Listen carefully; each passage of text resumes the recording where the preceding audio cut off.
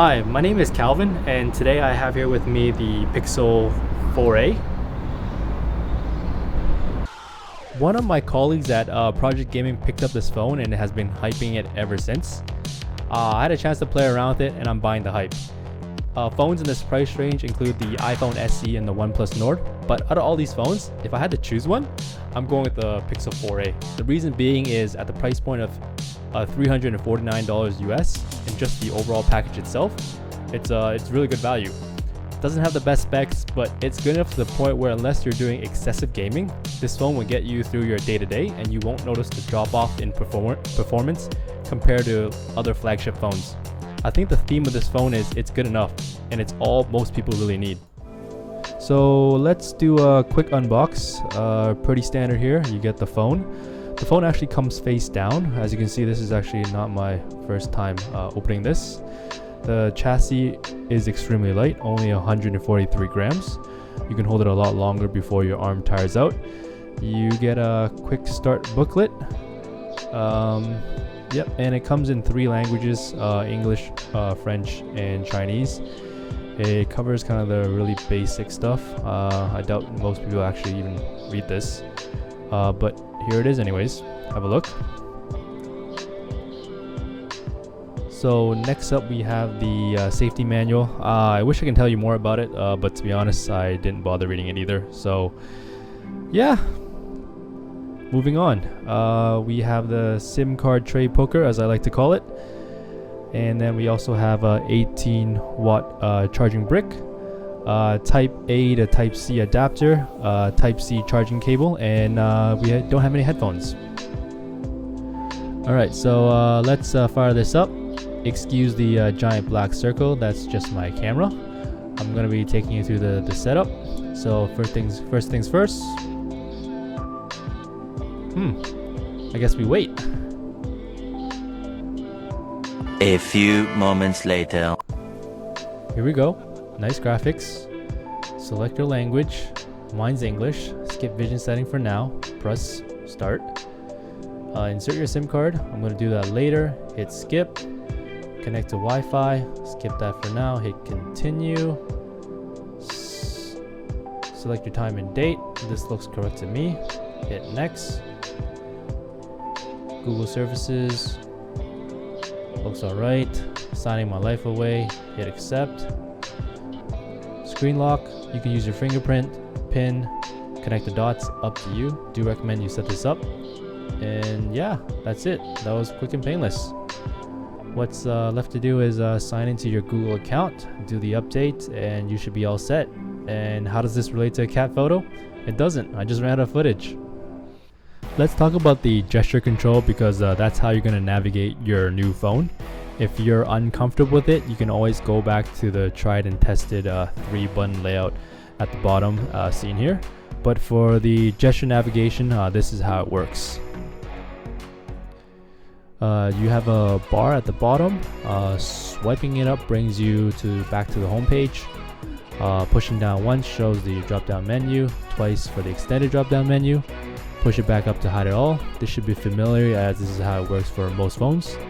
To switch apps, swipe up from the bottom, hold, then release. Let me do it again. Takes some time to get used to. If you want to clear all the apps at once, you can hit the clear all on the far left.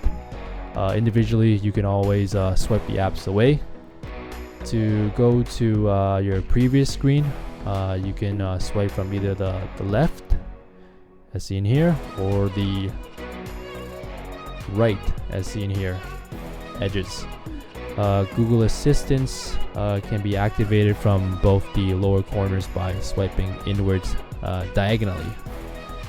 I got a glass screen protector, making it tough to catch the edges sometimes.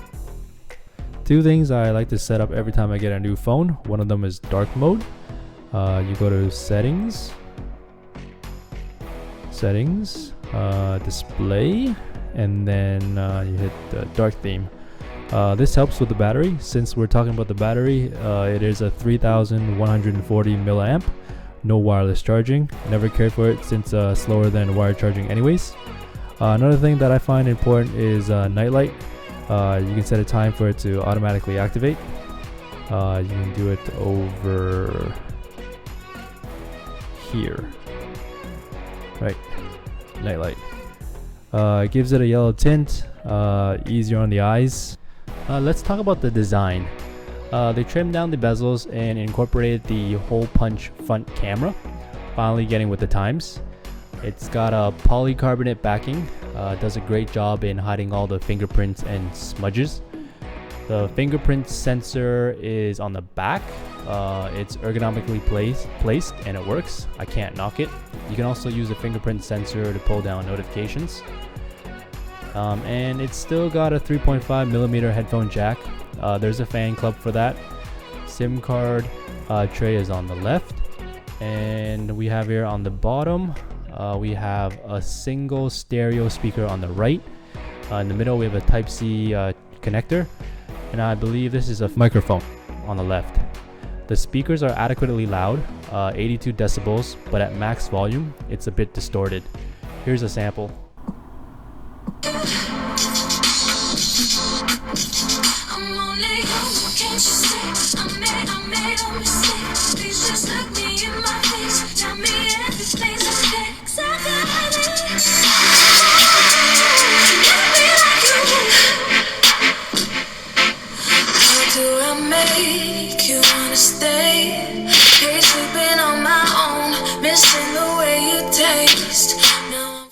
Jumping back to the design, the thing that does it for me, the thing that pops, is the teal power button.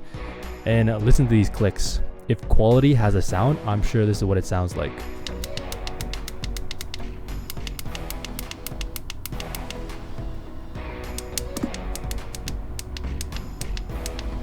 The phone fits perfectly in your hands. Let's take a look at the display. It's a 5.81 inch 1080p OLED display, only 60 Hz. All the gamers out there are going to be triggered by 60 Hz, but for the average folks, it'll get the job done. Here you have me playing Among Us, one of the hottest games at the moment. It's not the most demanding of games, but as you see here, the graphic looks crisp on the screen. The colors are vibrant. In comparison, the more expensive phones have 90 Hz to 120 Hz, which enables smoother graphics. You only notice the difference comparing them side by side under graphic intensive applications. The display is a bit dim under direct sunlight though. As you can see here, I'm a noob at this game and I'm struggling to figure out how to empty the chute. Oh, there you go.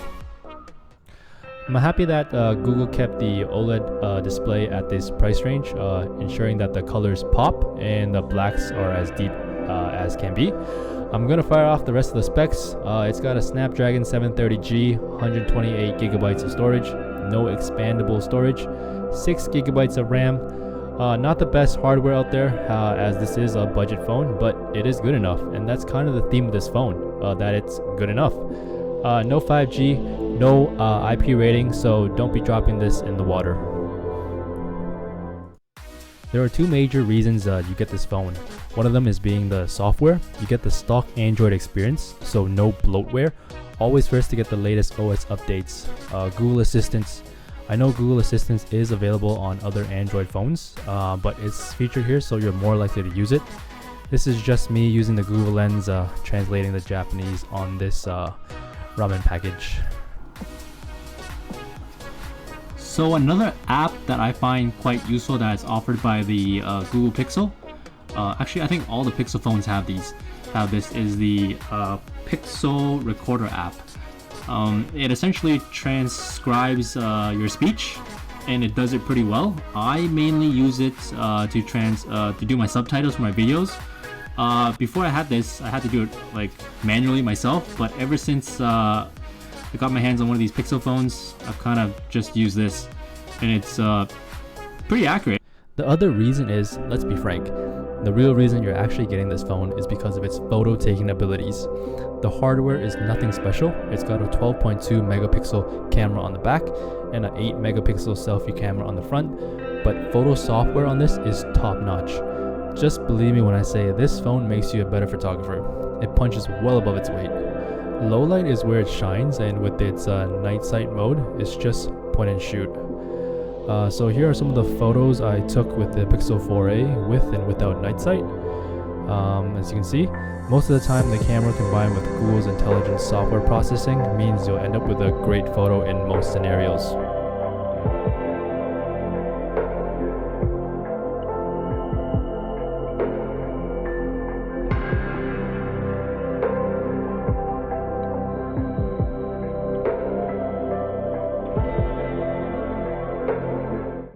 Here's my final thoughts. Long story short, I would recommend this phone. I think we're getting to the point where a $1,000 phone is providing diminishing returns, and it's more for the enthusiasts. This Google Pixel 4a provides a sweet spot. It focuses on the key aspects of the phone I think consumers care about, while making it easy on the wallet. That's a recipe for success. What I want to see in the future is improved software for video, and I think we got a banger. Thank you for watching my video on the Pixel 4a. Please subscribe and hit the bell notification. Leave a comment below and give me the thumbs up, and I look to see you in the next video. Bye guys.